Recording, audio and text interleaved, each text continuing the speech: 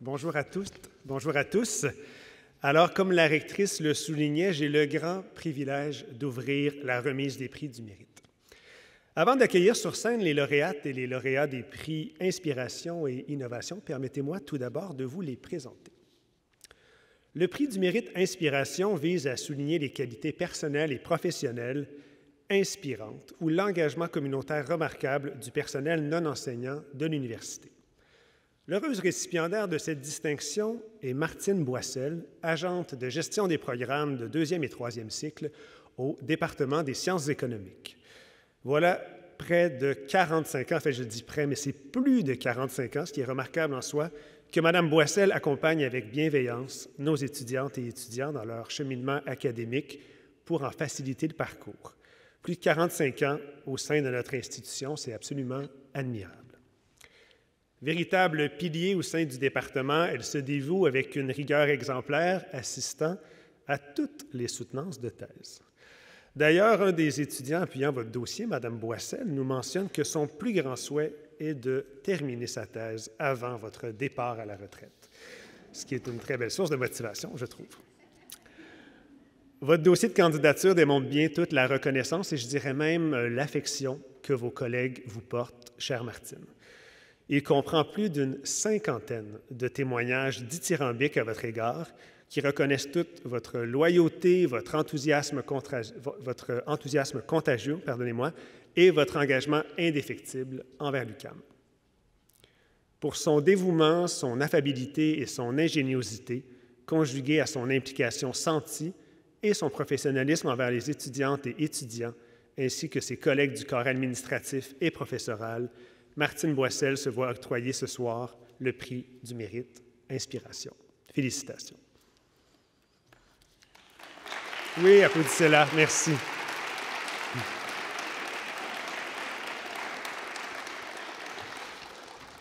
Alors, à la première situation possible, nous enfreignons la demande de notre rectrice. On va s'améliorer tout du long de la soirée. Le second prix que j'ai le privilège de remettre est le prix Innovation, qui célèbre soit une idée originale ayant contribué de manière significative à l'université ou un projet à portée institutionnelle. Pour la première remise de son histoire, nous avons vu grand, et ce n'est pas une équipe, mais bien un duo d'équipes qui se mérite cette distinction. Le carrefour pédagogique et technopédagogique et le soutien aux environnements d'apprentissage ont combiné leurs efforts au cours de la dernière année, je dirais même au cours des 24 derniers mois, alors qu'ils ont mis sur pied, en pleine pandémie, des projets formidables dont l'utilité criante a profité à un grand nombre d'enseignantes et enseignants de l'UQAM. Le portail web Enseignant à l'UQAM, un centre de ressources en pédagogie, en technopédagogie et en gestion académique, en est un exemple probant et a très certainement répondu aux nombreux besoins qui ont émergé avec la crise sanitaire. Grâce à leur créativité, leur initiative et leur esprit de collaboration, grâce à l'innovation dont elles ont fait preuve, ces deux équipes ont su unir leurs forces pour expérimenter, créer, intégrer et diffuser des solutions numériques et des outils qui ont, sans aucun doute, favorisé le maintien de la qualité de l'enseignement, tout comme la réussite et l'apprentissage étudiante durant la pandémie. Pour reprendre les mots d'un témoignage à votre dossier, vous êtes devenus, chers collègues du carrefour pédagogique et technopédagogique et du soutien aux environnements d'apprentissage, des partenaires indispensables du corps enseignant. Et vos avancées dans votre domaine ont des retombées importantes et pérennes pour l'ensemble des membres de l'UQAM. Le prix Innovation est une distinction que vous méritez amplement. En mon nom personnel et au nom de tous les membres de la direction, je vous en félicite chaleureusement. Pour le prix Innovation, vous comprendrez qu'il ne sera pas possible de nommer ni d'inviter les 38 personnes composant les deux équipes lauréates. Ce serait un peu ardu. C'est pourquoi 3 représentantes et représentants ont été choisis par le groupe. Mais bien sûr, ce soir, nous tenons à souligner le travail de chacune et chacun d'entre eux. Pendant que Martine Boissel, récipiendaire du prix Inspiration, et Keeve Moon, Marina Kaplan et Louis Huard pour le prix Innovation se joignent à moi sur scène, je vous invite, chère équipe du carrefour pédagogique et technopédagogique et du soutien aux environnements d'apprentissage, à tous et toutes vous lever, s'il vous plaît, pour que la salle puisse vous voir et vous applaudir. Félicitations.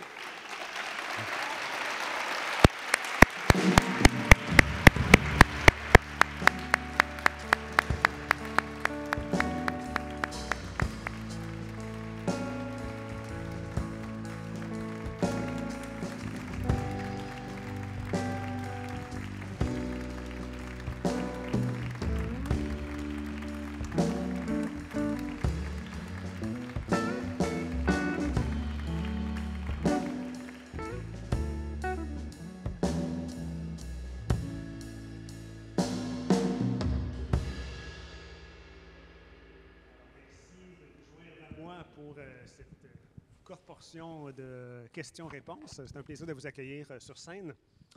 Alors, première question, je débuterai avec vous, Madame Boissel.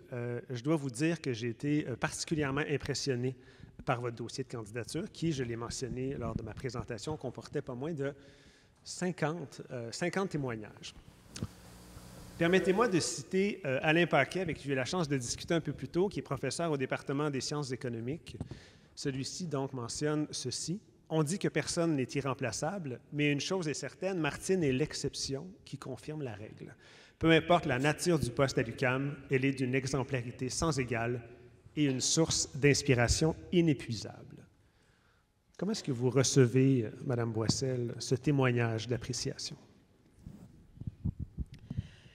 Je suis très honorée de recevoir ce prix. Ça me touche profondément. J'ai préparé quelques notes parce que j'ai peur d'oublier quelque chose, alors je voulais... Et je vous le dis à vous et je vais le dire à l'ensemble, et j'ai moi-même pas été un très bon élève, il faut tenir notre micro assez proche de la bouche. Merci. Oui. OK. Alors, j'aimerais en premier prendre quelques instants pour remercier ma collègue Julie Hudon, le professeur Alain Paquette, ainsi que tous ceux et celles qui ont recommandé ma candidature. Quand je suis arrivée à l'UQAM à l'automne 1976, c'était en principe pour quelques semaines. C'était juste pour des remplacements. Ça commence souvent comme ça. En mars 1977, j'ai obtenu un poste permanent au département des sciences économiques. J'y suis toujours après plus de 45 ans parce que mon travail me passionne encore autant. On pourrait dire que je me sens chez moi. Plus récemment, j'apprécie le télétravail. Il me permet de continuer pour une 46e année. C'est tout. Une 46e année. Vous avez encore de nombreuses années avec nous, peut-être. Vous êtes, à la lecture de votre dossier, il est assez évident que vous êtes une source d'inspiration pour les étudiantes et les étudiants, mais aussi pour vos collègues qui vous côtoient au quotidien. D'ailleurs, voilà comment vos collègues vous décrivent dans votre dossier engagée, bienveillante, proactive, attentionnée, dynamique, serviable, efficace, pour ne nommer que quelques qualités. Quelle est la recette? Quelle est votre recette pour une telle exemplarité? En fait, il n'y a pas vraiment de recette. J'ai toujours en mémoire qu'il ne faut jamais oublier d'où on vient. Le respect, la bienveillance et l'écoute des autres sont des valeurs qui me sont très chères. Je fais mon travail tout simplement en donnant le meilleur de moi-même. La proximité avec les étudiants est pour moi essentielle. L'encadrement des étudiants débute dès les premiers échanges de courriels. À notre première rencontre en présentiel, on se connaît déjà. Je comprends tous les sacrifices que font les étudiants pour mener à terme leurs études, d'autant plus que la majorité d'entre eux viennent de l'international. Il est important pour moi de me souvenir de leur nom et de créer un lien de confiance avec eux. Je les encourage aussi à me tutoyer et à m'appeler par mon prénom. Avec le temps, plusieurs me surnomment leur maman d'université. Tous les jours, je travaille avec des collègues, des professeurs et des chargés de cours exceptionnels, dans un milieu de travail où règne l'humour et la bonne humeur. On fait les choses sérieusement, sans se prendre au sérieux. Toutes les fonctions au département sont considérées comme importantes. Pour moi, c'est un grand privilège de travailler au département des sciences économiques. Oui, je pense que ça a été un grand privilège pour tous vos collègues au cours des 45 dernières années, tous ces étudiants qui sont passés en sciences économiques, de vous côtoyer aussi au quotidien. On sent bien toute la passion qui vous anime quand vous nous parlez de votre travail.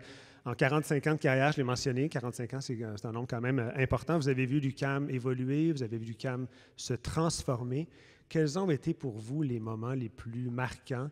Et encore aujourd'hui, comment l'UQAM vous inspire? À mes débuts au département des sciences économiques, il n'y avait qu'un seul poste. J'occupais tous les postes, en fait. J'accomplissais les tâches de commis, de secrétaire, d'assistante à la maîtrise.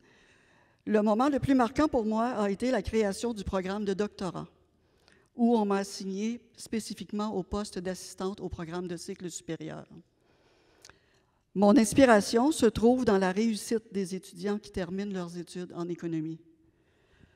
Beaucoup de nos diplômés de maîtrise et de doctorat décrochent des emplois dans des ministères, dans des organisations tant publiques que privées, au Québec, au Canada et à l'international. Je pense entre autres à Simon Prévost, l'actuel président du CA de l'UQAM, à Éric Girard, le ministre des Finances du Québec, et à Théophile Bougna, qui est économiste à la Banque mondiale à Washington. Ils ont tous gradué chez nous. Et je les ai accompagnés tout le long de leur parcours. Ça doit être très gratifiant de voir ces étudiants que vous avez côtoyés et accompagnés obtenir maintenant des positions prestigieuses comme celle-là. Ça fait vraiment plaisir de les voir tous. Oui. Oui. Bien, sachez que vous avez contribué à votre façon à tout ça. Oui. Merci. Ma prochaine question maintenant s'adresserait à vous, Marina Kaplan. On le sait, au cours des 2 dernières années, les environnements numériques d'apprentissage et le soutien pédagogique sont devenus vraiment des préoccupations fort importantes. J'aimerais que vous nous parliez un peu de vos réalisations de l'ensemble des 2 équipes qui sont honorées ce soir. Avec plaisir. Ces 2 dernières années nous ont permis de repenser et de varier nos offres de formation et de soutien pour permettre justement au personnel enseignant d'accéder à des ressources de manière rapide et facile, d'où est né le site enseigner.uqam.ca que vous avez mentionné tout à l'heure.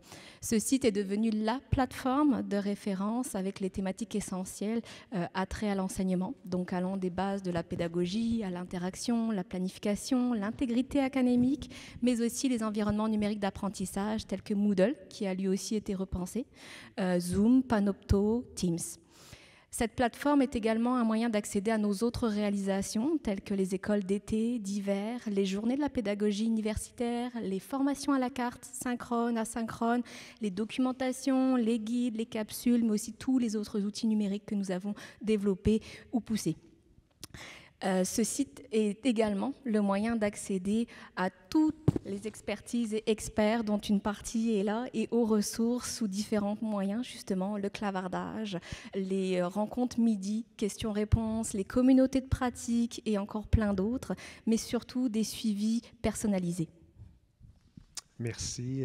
Beaucoup de belles réalisations. On a eu le plaisir à suivre tout le développement qui se faisait de votre côté durant la pandémie. Vous étiez absolument nécessaire pour qu'on puisse traverser cette pandémie de belle façon. Durant la pandémie, vous avez également adapté des locaux et votre mode de fonctionnement pour offrir des conditions d'enseignement à distance optimales. J'aimerais vous entendre. Ma question va s'adresser maintenant à vous, M. Louis Huard, c'est bien ça?